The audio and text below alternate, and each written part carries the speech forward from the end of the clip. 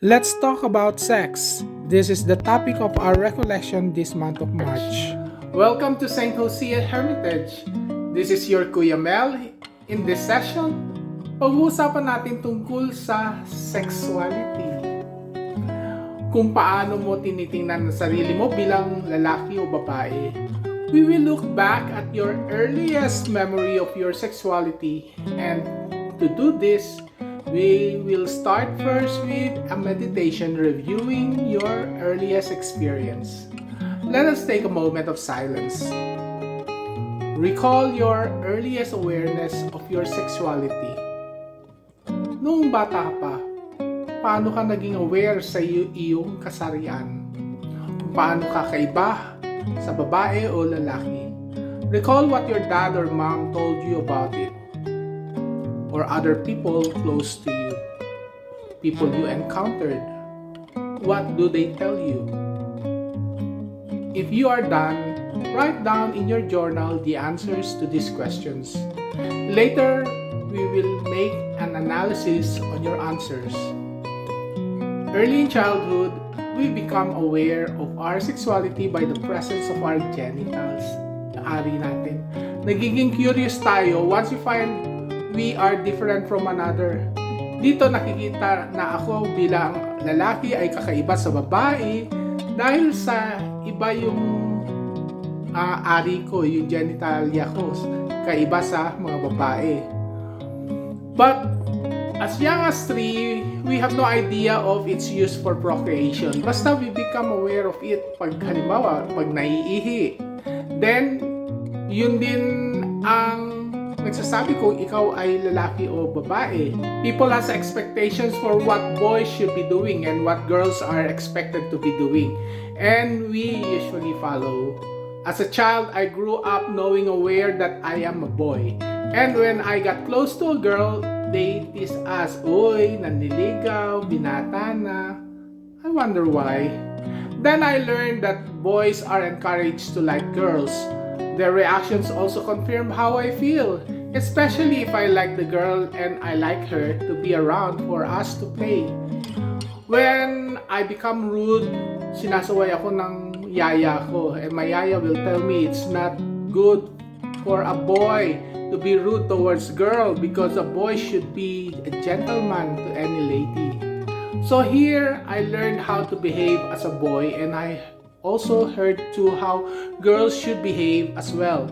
Sometimes, we imitate what our parents were doing, especially when playing games. Nakatatandaan ko noon, maglalaro kami ng bahay-bahayan ng aking kababata. And I usually play the father. Kasi ako ang pinakamatanda at tapos siya din yung eldest sa kanilang pamilya. So, yun yung favorite play namin. And siya yung mother. Madalas kaming tuksuin. And we grew up very close like best friends until na lumipat na sila ng matitirhan. So the way each of us perceive of ourselves is influenced by the outside world. As we conform with the outside world, each of us, each individual created an ideal image of what he wants to be. It's like a mask we wear. This mask we wear tries to conform to what the world expects each of us to be. This mask, according to Carl Jung, is called persona, which literally means mask in Latin. Pinoprotektahan ng mask na ito ang sarili mo by projecting an image acceptable to society. But how do we perceive ourselves, itong sariling ito? Am I really aware kung sino ako, or is it just what Carl Jung calls the ego? Siguro, narinig na ninyo itong concept ng ego, but we usually relate this with someone having a bloated image, a bloated ego, yung bang self-centeredness. Well, yan yung nangyayari kung hindi healthy ang ego. Ego is actually your conscious mind. It is that part of the self that is conscious of who you are. Yan yung ako or I. Ego is that consciousness able to make decisions to bring balance to what you think and feel. It connects the conscious mind to the unconscious of the self. Kasi the self is both the conscious and unconscious. Ang ego ang nag-iisip para sa ikabubuti ng sarili, nagbumuni-muni at nagninilay-nilay, tinutulay ang mga expectations ng lipunan sa ating nadarama, sa ating kamalayan, sa ating diwa. Kapag hindi yan nag-iisip, diyan na yung magiging bloated yung ego. Kaya yung persona, yung mask na yan ang sanggalang natin para protektahan ang sarili. Pero tugma ba itong persona na ito sa nais ng loob o nadarama? So yan naman yung function ng ego, to bring that balance. May mga nadarama kasi tayo na pwedeng di angkop sa expectations ng lipunan. For example, 3 years old pa lang ako, malay ko ba kung ano ang sex? At that time, doon pa ako natutulog sa kwarto ng mama at papa ko. Nagising ako dahil may ginagawa sila. Ako naman, wala naman sa akin yun. Hindi ko nga alam kung ano yun. Tapos one time, naikwento ko sa mga auntie at uncle ko kung ano yung nakita ko. At pagkatapos ginaya ko pa kung ano yung ginagawa nila. Ayun, tawanan sila. Pinade-demonstrate pa sa akin ang ginagawa nila. Hindi ko alam, yung pala, sex pala yun. Kaya pag uwi namin ng papa ko, isinumbong ako ng papa ko sa mama ko. Pinagsabihan na ako ng mama ko, nakakahiya daw yun. So ako naman, na-guilty ako. Whenever we meet and gather with my auntie and uncles, ang kukulit nila, pinauulit sa akin yung kwento. Dahil nga, nalaman ko na masama pala yun, nahiya na ako dahil ayoko na ikwento. Dahil this is one way how society, through our parents, is telling us values. Confidentiality dapat yung values na yun, the right values dito. But my parents wasn't able to explain to me what sex was all about.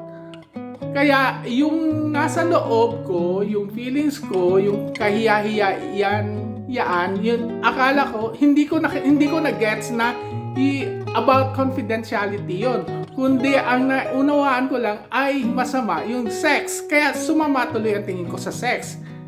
And these values forms part of that mask of that persona. Kaso tama ba ang pangunawa ko? Dahil kung hindi, delikado at darating ang araw mag-uumalpas ang negative emotion sa loob. Kasi kung masama ang tingin natin dito, ayaw na maskara. Pero sa loob, nagpipigil, at kung di pagbibigyan ay baka magwala. Halimbawa, noong 13 years old ako, may kinahihiligan akong gawin mula pa nang magkamalay ako sa aking seksualidad. Kasi as early as 9 years old, umusbong na yung sexual libido ko. At syempre, dahil kabataan, minsan nagkakaroon kami ng kwentuhan tungkol sa kaibang experience. And one issue was masturbation. Masarap kasi at noon ay nakaka-addict talaga dahil nga it was pleasurable. Nagulat ako na sabihin sa akin ng best friend ko na mortal sin yun at pag namatay ako, mapupunta ako sa impyerno. Sobrang naguluhan ako. At tuwing may urges ako, mahirap pigilan. Doon tuloy laging balisa ako sa pag-iisip na masama ito. Tuwing nagagawa ko ito, hindi ako mapakali at syempre nagigilty ako. At sa murang edad, naging masama na ang tingin ko sa sex. In fact, I remember my mother beat me hard with a belt when I drew a naked woman. And she accused me of not respecting women and that I disrespected her by my desires for women. At that age of puberty, my view of sexuality was already destroyed by those close to me, my mother, and my close friends. So, I created a persona that antagonized sex and sexuality. Maybe my beliefs were partly the reason to blame. As young as 3, my awareness about life was expanding. Nakapanood ako sa TV at na-realize ko na hindi forever mabuhay. I was exposed to the reality of death. At sa takot ko, iyak ako ng iyak. And yung yaya ko, nilapitan ako at tinanong ako bakit ano nangyari, ba't ka iyak na iyak. Takang-taka ang yaya ko. She came to me and tried to calm me down, asking me what happened. Then I asked her, mamamatay ba ako? At ano mangyayari pag namatay ako? Is there life after death? Sinagot niya lang ako na dapat maging good boy ako para hindi ako mamatay. She also taught me that belief in the resurrection and the life after death. Takot na takot ako when she told me about hell. So I grew up obedient dahil sa takot na mamatay at mapunta sa impyerno. So through our early experience, we got to learn about values of society, religious values. So I created a persona pleasing to others, to the church, to my ego self. Pero paano yung nasa loob? The self is not just the ego. It's not just what I am conscious of. There's a lot about myself that is hidden within the self. Yan yung nasa loob. Yan yung unconscious.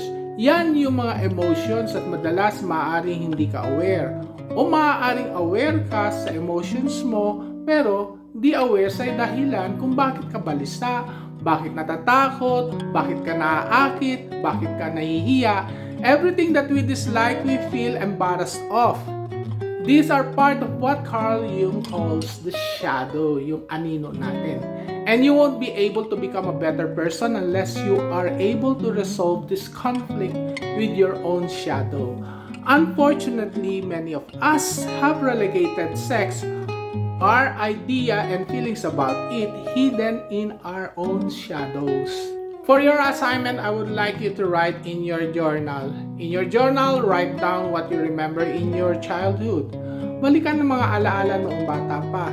These memories shape who you are now. Kung sino ka. Your worries and fears.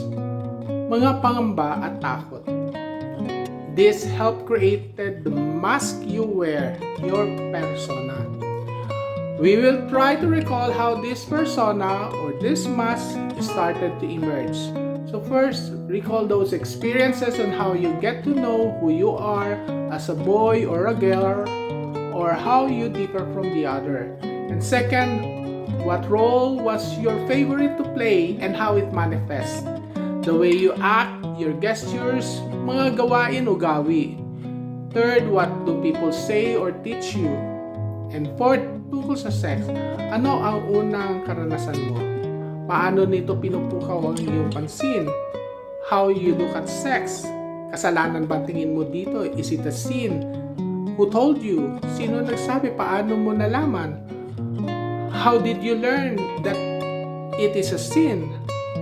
Ano yung mga, and third, ano yung mga nadarama at pilit iniiwasan o inaakala o inaayawan? Here we will reconstruct your shadow when you were a child. So write this down, answer them, and then call me for your consultation. Next session, we will explore more on this discussing about our persona and shadow and how our conscious mind, the ego, tries to bring balance to these two parts of the self.